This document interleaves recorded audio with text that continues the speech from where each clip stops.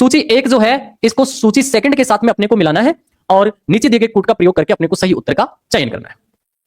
क्या कह रहा है, सूची प्रथम में दे रखे हैं अग्नाशय, पीयूष ग्रंथि, अधिवृक्क और वृक्क। राइट, ऑप्शंस ए, बी, सी और डी आपके सामने है, इसको आप बहुत अच्छे से ध्यान रखेंगे।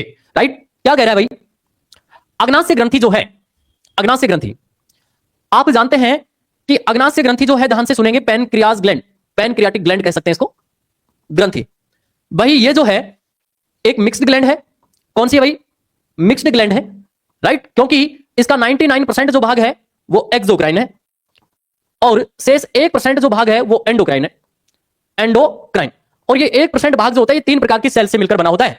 ये सेल कौन सी है, अल्फा, बीटा और होती है भाई गामा सेल। क्या कहोगे, सेल कहोगे भाई। राइट, आप देखो ये जो अल्फा सेल होती है ना, ये ग्लूकागोन हार्मोन का स्राव करती है। किसका भाई, ग्लूकागोन। बीटा सेल जो होती है ये करती है भाई इंसुलिन का। और आपके शरीर में यदि इंसुलिन की कमी हो जाती है तो भाई डायबिटीज या मधुमेह रोग हो जाता है। और गामा सेल जो होती है सोमेटोस्टेरोन हार्मोन का क्या करती है, स्रावन करती है। तो कहीं ना कहीं अग्नाशय का जो संबंध होना चाहिए किसके साथ में होना चाहिए, ग्लूकागोन के साथ में होना चाहिए। यस या नो जी। भाई आउटोग्रंथि, उत्तेजक हार्मोन, विटामिन, कार्टिसोल, ये नहीं होना चाहिए। राइट, बी में भाई पीयूष ग्रंथि जो है, भाई पीयूष ग्रंथि जो है इसका संबंध होना चाहिए किससे, आउटोग्रंथि से। अधिवृक्क जो ग्रंथि है ये किससे भाई, कार्टिसोल। और वृक्क जो है, वृक्क डी, इसमें क्या होना चाहिए भाई, विटामिन होना चाहिए। देखो अग्नाशय, ग्लूकागोन, पीयूष ग्रंथि, और आप ये जानते हैं कि विटामिन का जो बचा है ये जो श्रावण करेगा, ये वृक्क जो है ये किसका भाई, इसका संबंध जो होगा ना ये विटामिन से होगा।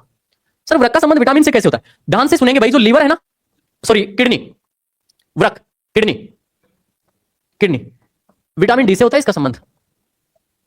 तो यहां पर ध्यान रखेंगे तो पहला ऑप्शन अपना सही होगा। ऐसे ही और ट्रिक्स जानने के लिए हमारे अन्य चैनल को सब्सक्राइब करें।